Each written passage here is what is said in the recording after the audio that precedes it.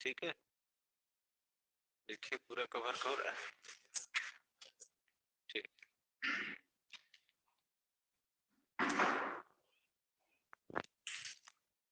चलिए तो बेटा कल में कोई डाउट्स है? अब आइए विभोज्यों तक। विभोज्यों तक यानी मेरिस्टेमेटिक टिश्यू।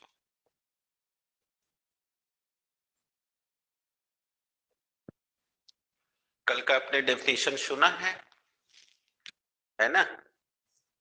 अब आइए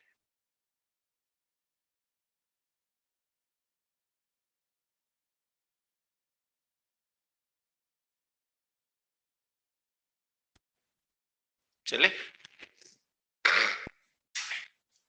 तो दीजिए, वह टिश्यू जिसमें बार बार विभाजन करने की, वह टिश्यू जिसमें बार बार विभाजन करने की क्षमता होती है। बैठो बेटा। बार बार विभाजन करने की क्षमता होती है, उन्हें हम मेरिस्टेमेटिक टिश्यू कहते हैं।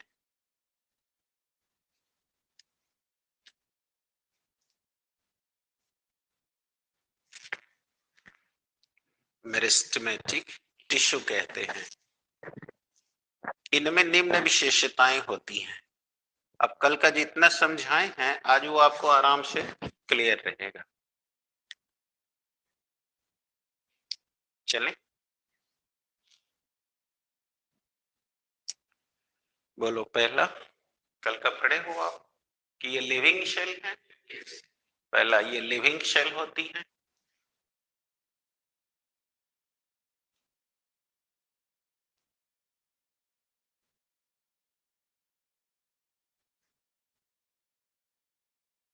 ओके, ये लिविंग सेल होती है, राइट बेटा?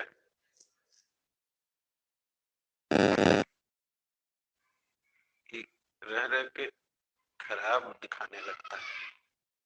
हो गया बेटा? दूसरा, इनकी शेल वॉल बड़ी पतली होती है।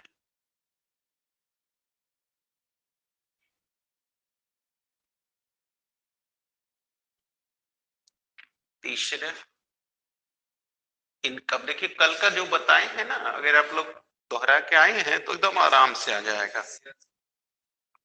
सेल वॉल कैसी होती है? न्यूक्लियस बड़ा होता है। अब न्यूक्लियस बड़ा हो जाएगा तो वैक्यूल को जगह नहीं मिलेगी, या मिलेगी तो एकदम छोटा होगा। न्यूक्लियस बड़ा होता है,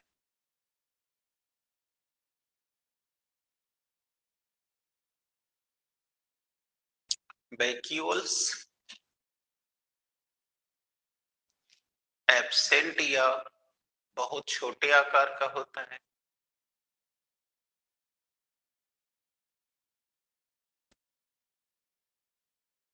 अब आपको याद होगा कल मैंने समझाया था कि इनका आकार गोलाकार या अंडाकार या पॉलीगोनियल होता है। तो लिख लेंगे इनके आकार गोलाकार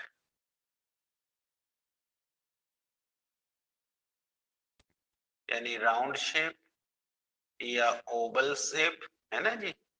ओवल शेप का मतलब अंडाकार, या पॉलीगोनियल होते हैं। पॉलीगोनियल का मतलब बहुभुजी आकार है।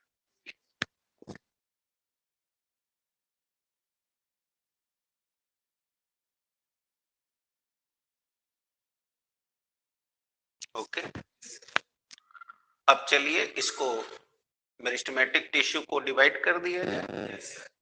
पैराचिच मेरिस्टेमेटिक टिश्यू को कई आधार पर विभाजित किया जा सकता है। कई आधार पर विभाजित किया जा सकता है।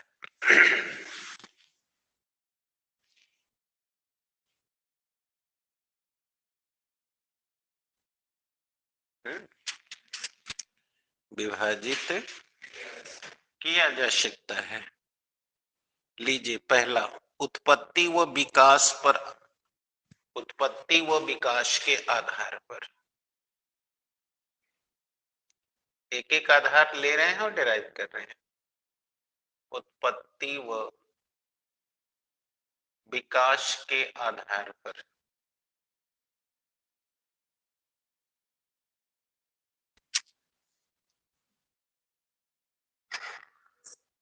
लिया जाए। इस आधार पर इसे 3 वर्गों में बांटा जा सकता है। ओके, कल का याद होगा आपको, प्रोमेरिस्टेम याद आ गया, promeristem, primary meristem, secondary meristem.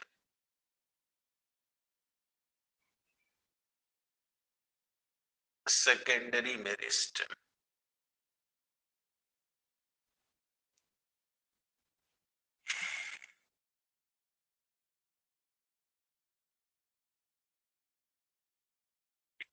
चले।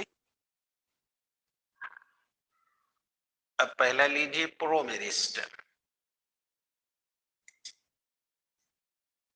कल का याद होगा, मैंने बताया था भ्रूण बनने के पहले वाली स्टेज, भ्रूणावस्था की स्टेज, और भ्रूण बनने के बाद की स्टेज।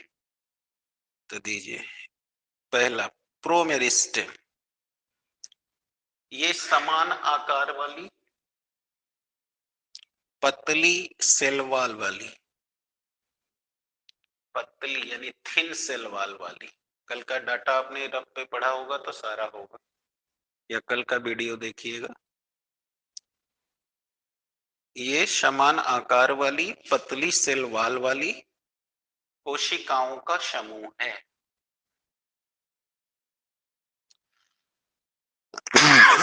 कोशिकाओं का समूह है जो मुख्य रूप से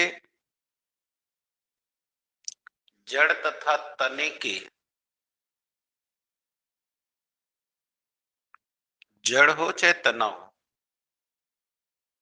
जड़ व तने के ग्रोथ फैक्ट, ग्रोथ रीजन, यानी आपको याद है मैंने उस दिन पढ़ाते हुए कहा था कि जब जड़ को आप देखोगे तो जड़ हो चाहे तना हो, देखना सबसे पहले आपको तने में जो वृद्धि दिखाई देगी वह शीर्ष पर दिखाई देगी, वैसे ही जड़ के शीर्ष पर दिखाई देगी। ये इसका ग्रोइंग रीजन है। क्या है? यानी वृद्धि क्षेत्र है, इसे बोलते हैं ग्रोइंग रीजन यानी वृद्धि क्षेत्र। और ये क्षेत्र में जो ये भाग है इसे शीर्ष कहते हैं, यानी ये इसका एपिकल जोन है, यानी शीर्षस्थ क्षेत्र। ये भी शीर्षस्थ क्षेत्र है। और सबसे ज्यादा ये जो जोन है, इस जोन में ये प्रोमेरिस्टेम है, क्योंकि इन्हीं के डिवीजन से पहले ये इलांगेट होगा। तो लिख सकते हैं ग्रोइंग रीजन में हो गया, छोटे से समूह में पाया जाता है जिन्हें हम प्रोमेरिस्टेम कहते हैं।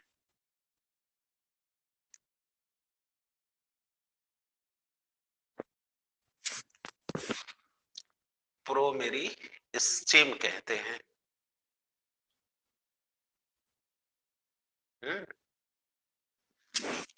प्रोमेरिस्टेम कहते हैं। इसमें लगातार डिवीजन होता रहता है।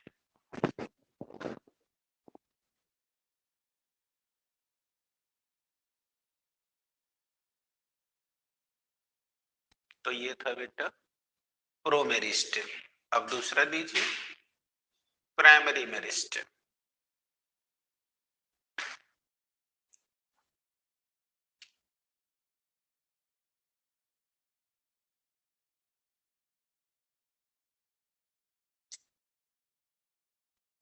अब देखिए देखिए एक बात आप लोग ध्यान दीजिए, जब भी सेल डिवाइड होती है तभी नई सेल बनती है, लेकिन नई बनने के बाद फंक्शन के आधार पर वह विभेदित हो जाती है।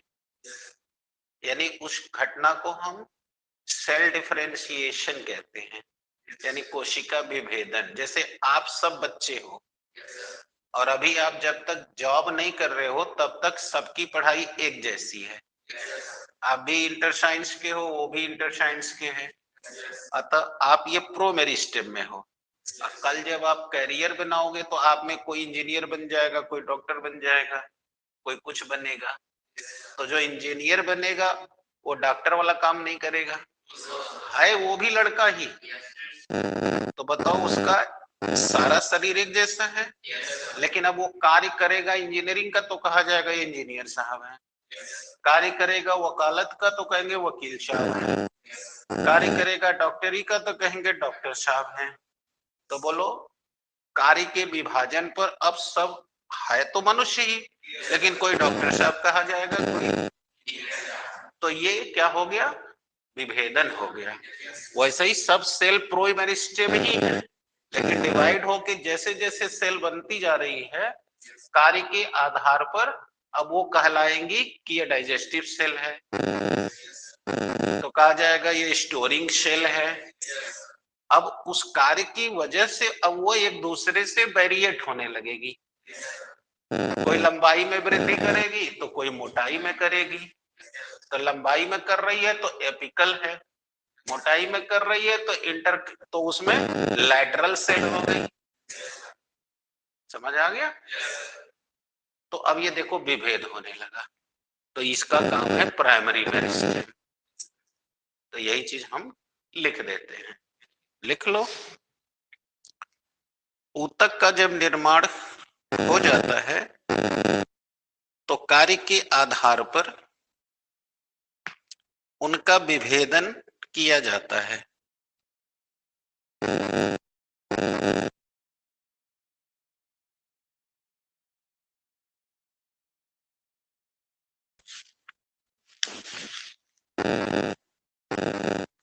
हो गया? जैसे जो लंबाई में वृद्धि करा रही है वो एपिकल मेरिस्टेम है,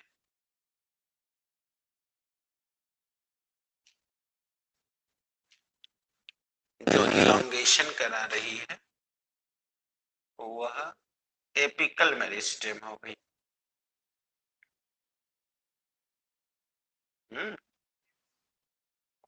जो मोटाई में वृद्धि करा रही है तो बोलो उसे इंटर कैलरी मेरिस्टेम कह दिए। ठीक है, तो ये सब प्राइमरी मेरिस्टेम बोली जाती है।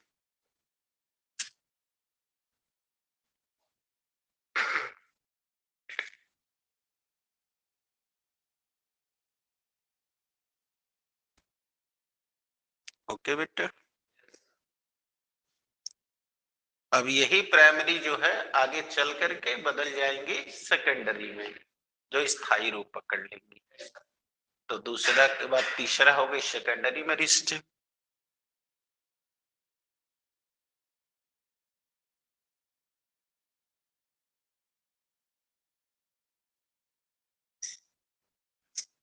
हो गया, यही प्राइमरी मेरिस्टेम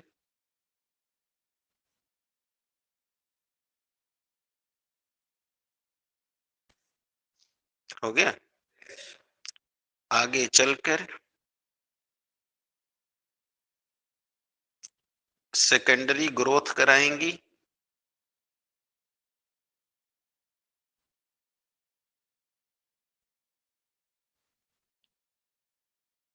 सेकेंडरी ग्रोथ याद रखना, जब तक सेकेंडरी ग्रोथ नहीं होगा तना मोटाई में नहीं बढ़ेगा, इसीलिए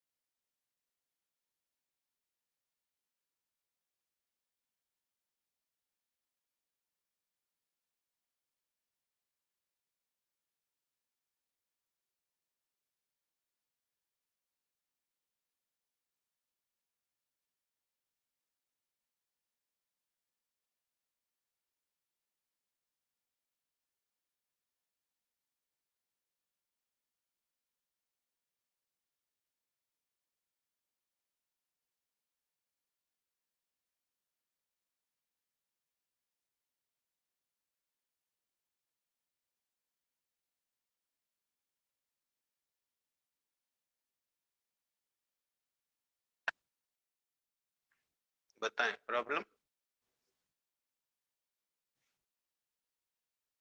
तो क्या लिखा रहे थे, कुछ कभी समझा रहे थे? हाँ, तो लिख लीजिए। हो गया सेकेंडरी ग्रोथ कराएंगे, तब जाकर पौधे के तने आदि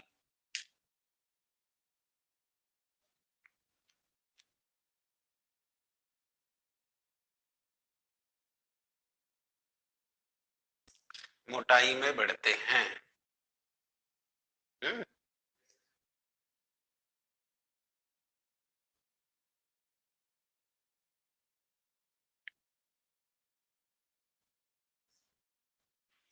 बोलिए कोई दिक्कत?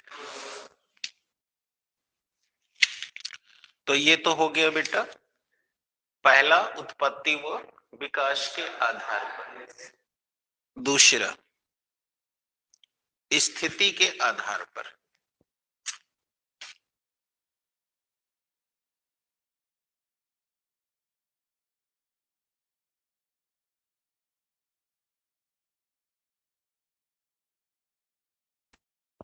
स्थिति के,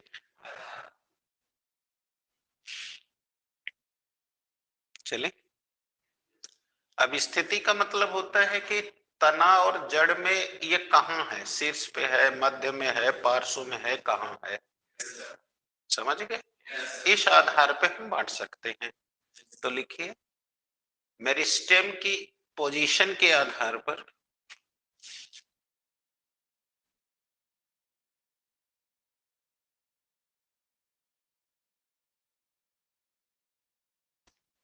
पोजीशन के आधार पर इन्हें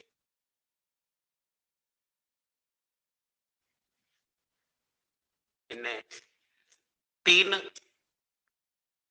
प्रकार में बांटा जा सकता है। बोलिए कौन कौन? एपिकल मेरिस्टेम, दूसरा इंटरकैलरी मेरिस्टेम, तीसरा लैटरल मेरिस्टेम।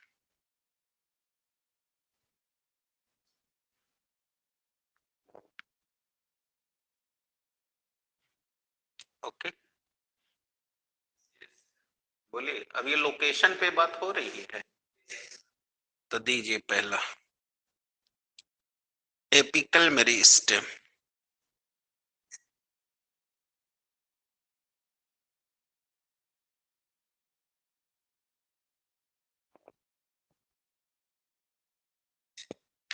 अब नाम सुनी, एपिकल मतलब शीर्ष, तो जड़ ये है, ये जड़ है, ये तना है, तो इनके शीर्ष पर जो मेरिस्टेम होगी, जो अभी मैं ग्रोइंग रीजन में दिखा रहा था, या देखिए लिखे भी हैं, तो जड़ के शीर्ष में और तने के शीर्ष पे जो मेरिस्टेम है वो है एपिकल मेरिस्टेम।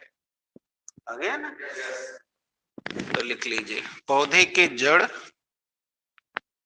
तथा तने के शीर्ष पर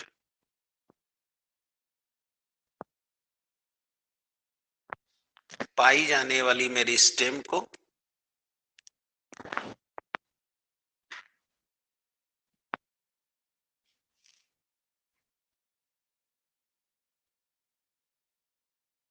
पाई जाने वाली मेरिस्टेम को क्या कहेंगे?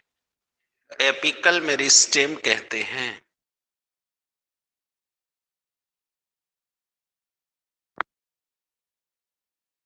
एपिकल मेरिस्टेम कहते हैं। हो गई?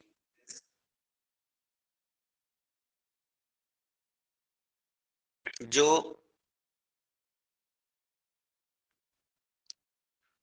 लिखे बेटा, जो संरचना, विकास और संगठन को समझाने के लिए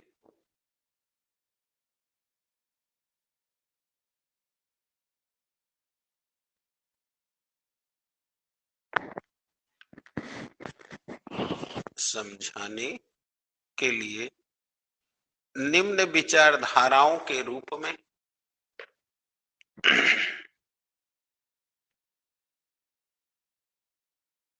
निम्न विचारधाराओं के रूप में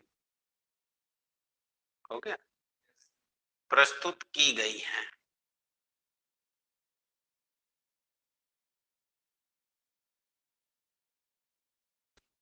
प्रस्तुत पहला शीर्षस्थ कोशिका सिद्धांत।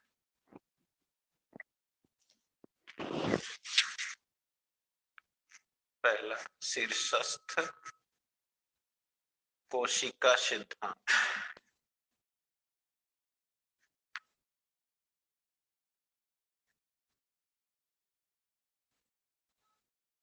यानी एपिकल शेल थियरी।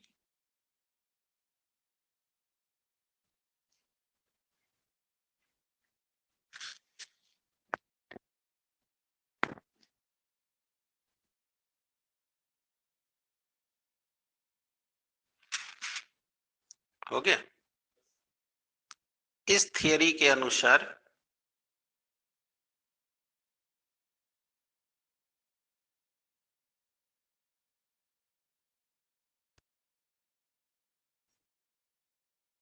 इस थियरी के निरंतर विभाजन से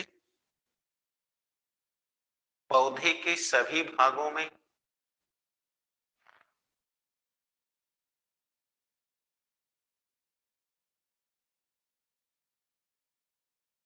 निर्माण होता है।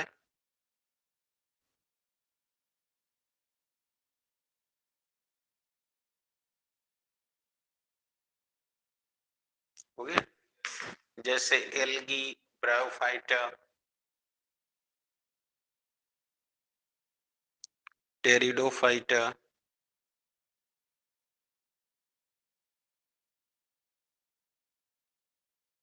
जिम्नोस्पर्म, एंजियोस्पर्म आदि में।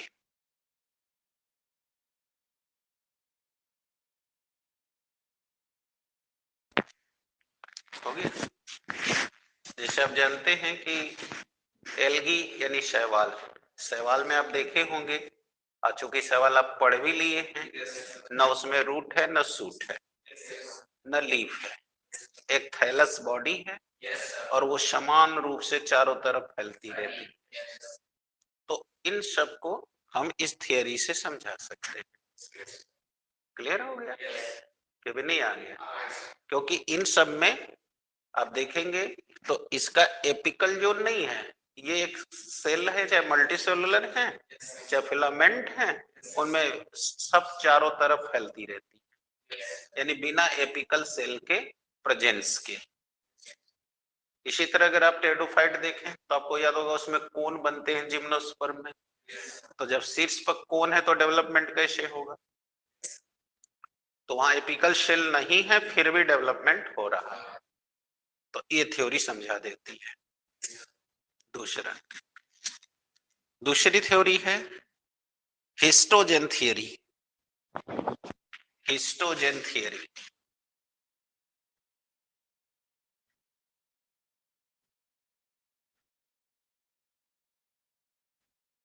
यानी हिस्टोजेन का सिद्धांत।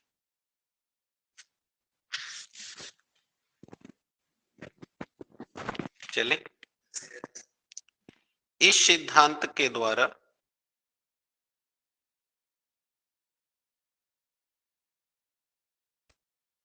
जड़ के शीर्ष में 3 क्षेत्र रहते हैं।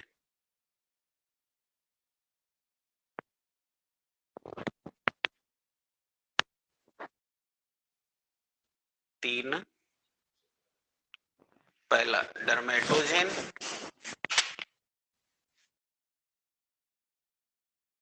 डर्मेटोजेन पहला, दूसरा पेरीब्लेम,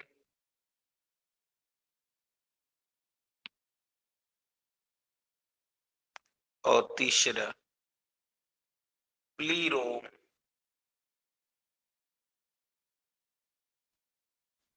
प्लीरोम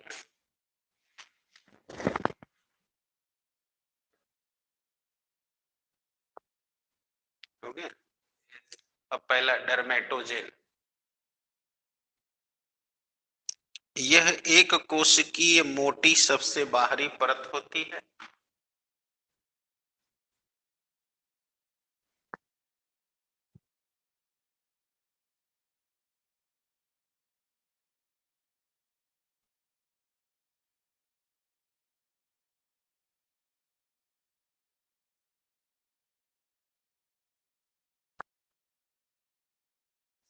बाहरी हो गया, जो तने की एपिडर्मिस का निर्माण करती है। समझ आ गया, इसलिए इसका नाम है डर्मेटोजेन।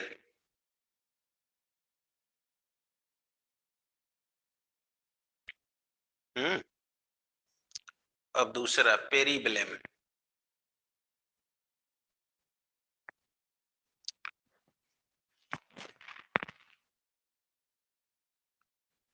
यह डर्मेटोजेन के ठीक नीचे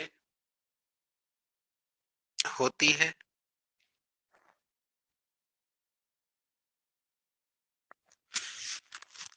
ठीक नीचे होती है, जो हाइपोडर्मिस का निर्माण करती है।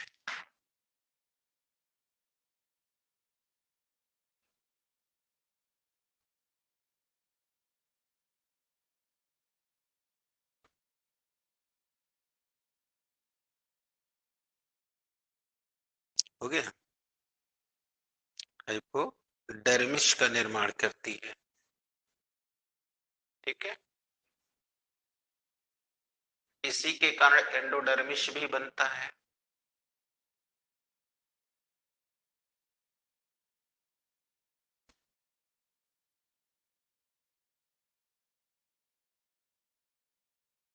ठीक है, तीसरा लीजिए क्लीरोम।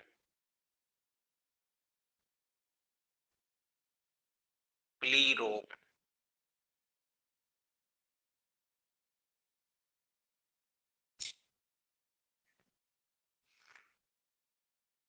बोलिए बेटा, हो गया क्लीरोम।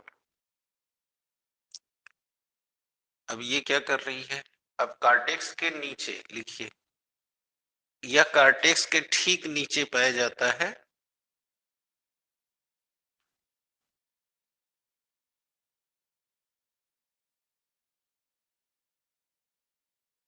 कार्टेक्स के ठीक है। हाँ, अब आप अगर टीएस आप रूट देखे होंगे चाहे स्टेम देखे होंगे, तो कार्टेक्स के नीचे पेरीसाइकिल, मेडुलरी रेज, ये सब यही बना रही है। तो लिख लीजिए, हो गया, ठीक नीचे पाया जाता है। इसके विभाजन से पेरीसाइकिल,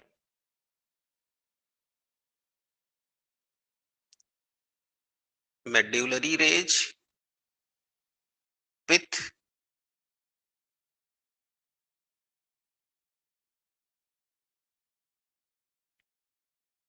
हो गया, पिथ, पिथ सुने थे ना, पिथ आदि का निर्माण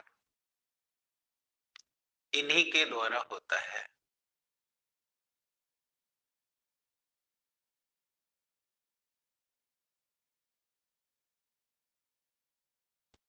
इन्हीं के द्वारा होता है। अब ठीक है, तो ये था आपका एपिकल मेरिस्टेम के द्वारा होने वाले निर्माण को इन सिद्धांतों से हम एक्सप्लेन कर सकते हैं। क्लियर? अब आ जाइए दूसरा, इंटर कैलरी, जो आपके सामने हेडिंग देखिए, inter calorie meristem.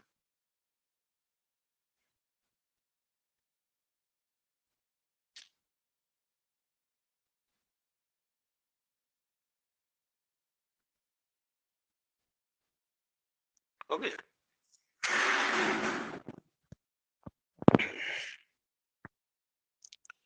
Apical meristem से अलग होकर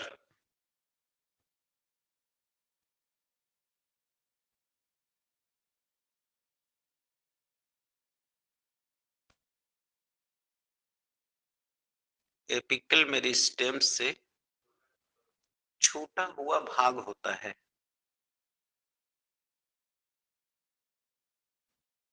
जो स्थायी ऊतकों में परिवर्तित न होकर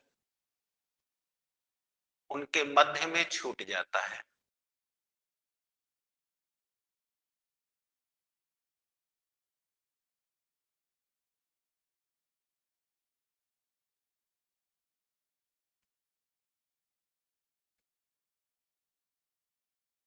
ओके, अब मोनोकाट के प्लांट देखे होंगे तो उसमें नोड, इंटर नोड दिखाई दे रहा है कि नहीं आ रहा है? तो बोलिए, इंटर नोड के आधार पर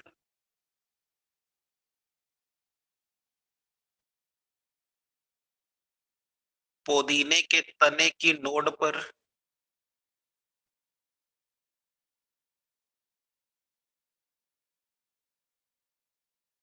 तथा पत्तियों के आधार पर, पत्तियों के आधार पर यह ऊतक अस्थायी रूप में रहते हैं।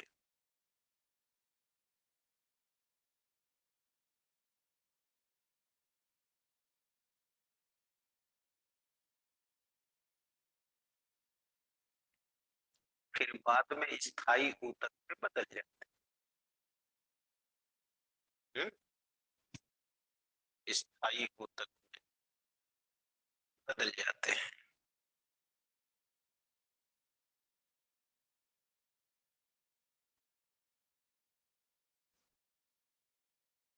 बोलिए, समझ आ गई? स्थायी ऊतक में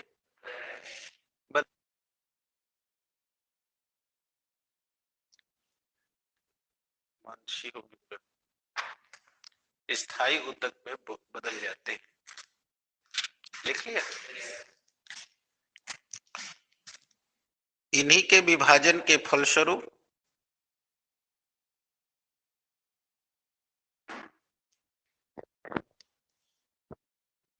इन्हीं के विभाजन के फलस्वरूप हो गया, इन्हीं के विभाजन के ये लंबाई में वृद्धि करते जाते हैं।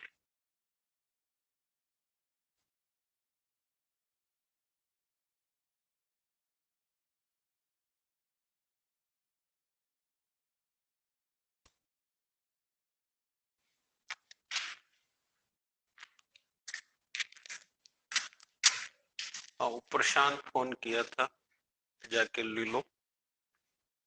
और ये देखो कितना, 200 नहीं है, पूछ लेना कितना है, कितना, फिर हमसे पहले पूछ लेना कितना हुआ, क्या हुआ, कितना दे देना, और कहेगा तो ठीक करना, ठीक है पापा से बात करके बता। हाँ, हो गया? बोलो बेटा, दिक्कत है तो बोलो। अब ये समझ आ गई आपको कि अभी दिक्कत हो रही है? अब ये कौन थी? Inter calorie. अब कौन है? Lateral meristem. लिख लीजिए, लेटरल मेरिस्टेम।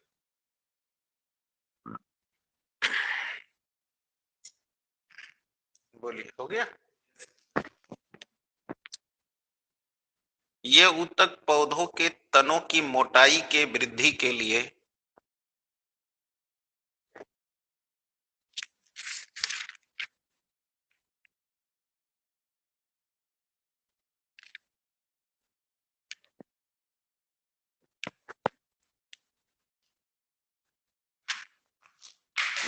वृद्धि जिम्मेदार होता है।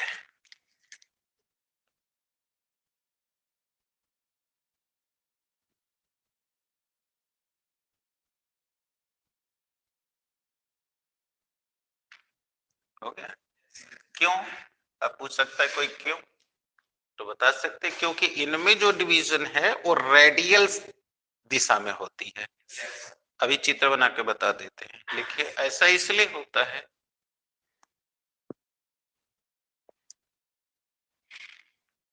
क्योंकि इनमें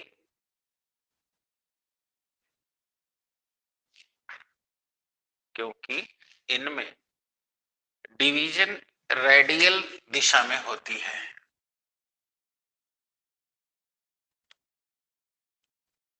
अब आइए जैसे इसको चित्र से समझा देता हूं, क्लियर है?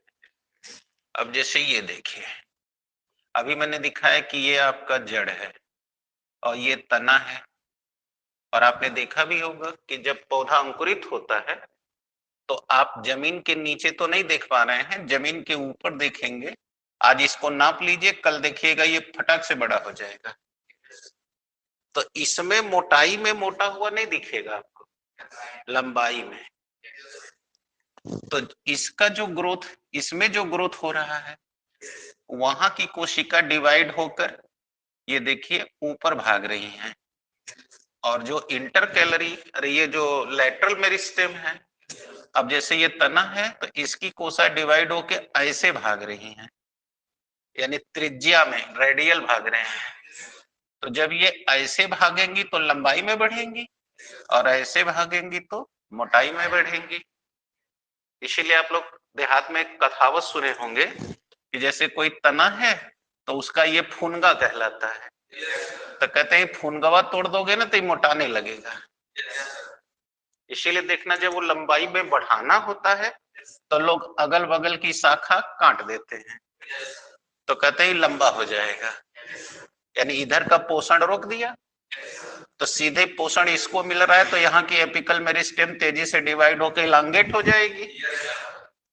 और यदि पौधा बड़ा लंबा हो जाए तो देखना हवा मारेगी तो टूट जाएगी, क्योंकि उसकी रिजिडिटी नहीं रहती। तब लोग क्या कहते हैं, ऊपर का फुनगवा काट दो तो थोड़ा ये मोटा हो जाएगा। तो जब ऊपर का काट देंगे तो बोलो इसका न्यूट्रिशन अब ऊपर जाना बंद होके फैलने लगेगा। तो ये जो लेटरल मेरिस्टेम है, उनको पोषण मिलने से डिवीजन की रेट बढ़ जाएगी, और इनकी डिवीजन रेडियल होती है। अब ये इस तरह लगेंगी कोशिका विभाजन करने, तो अब बोलो लंबाई में न बढ़कर ये मोटाई में बढ़ने लगेंगी। तो इसीलिए हम तना हो या पत्ती हो, अरे तना हो या जड़ हो, उसके डायमीटर में यानी मोटाई में, ब्रीथ में वृद्धि के लिए इंटर ये लेटरल मेरिस्टेम को जिम्मेदार मानते हैं, क्योंकि इनमें डिवीजन रेडियल दिशा में होता है। और लंबाई में वृद्धि होती है तो वो एपिकल मेरिस्टेम जिम्मेदार है, उनमें लॉन्गिट्यूडिनल डिवीजन होता है, इसलिए वो लंबाई में इलांगेट होते चले जाते हैं। आगे बात समझ में कि अभी दिक्कत है? तो जो अभी आपने बात किया वो काम खत्म हो गया, परेशानी। तो ये चल रहा था आपका पहला मेरिस्टेमेटिक टिश्यू। कल आपने बांटा था दो में, एक मेरिस्टेमेटिक टिश्यू में, एक परमानेंट टिश्यू में। तो अब हम बात करेंगे परमानेंट टिश्यू। पहले ये कंफर्म हो गया। दूसरा परमानेंट टिश्यू, स्थायी ऊतक। ऑनलाइन बच्चों बताओ दिक्कत तो नहीं आ रही है, समझ में आ गई इलांगेशन का और ब्रीथ कैसे हो रहा है? किसी को दिक्कत है तो चैट में करो, फिर से एक्सप्लेन कर दे।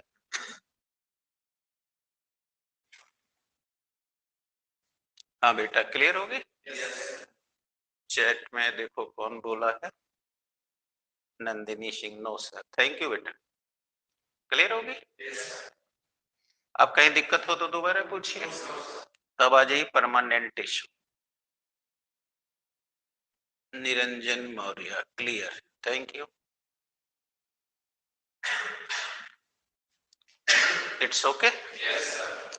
तो परमानेंट जानी गए नाम से, स्थायी ऊतक। दीजिए परिभाषा। इस ऊतक का निर्माण मेरिस्टेमेटिक टिश्यू के विभाजन यानी कि डिवीजन और डिफरेंशिएशन, विभाजन एवं विभेदन द्वारा होता है।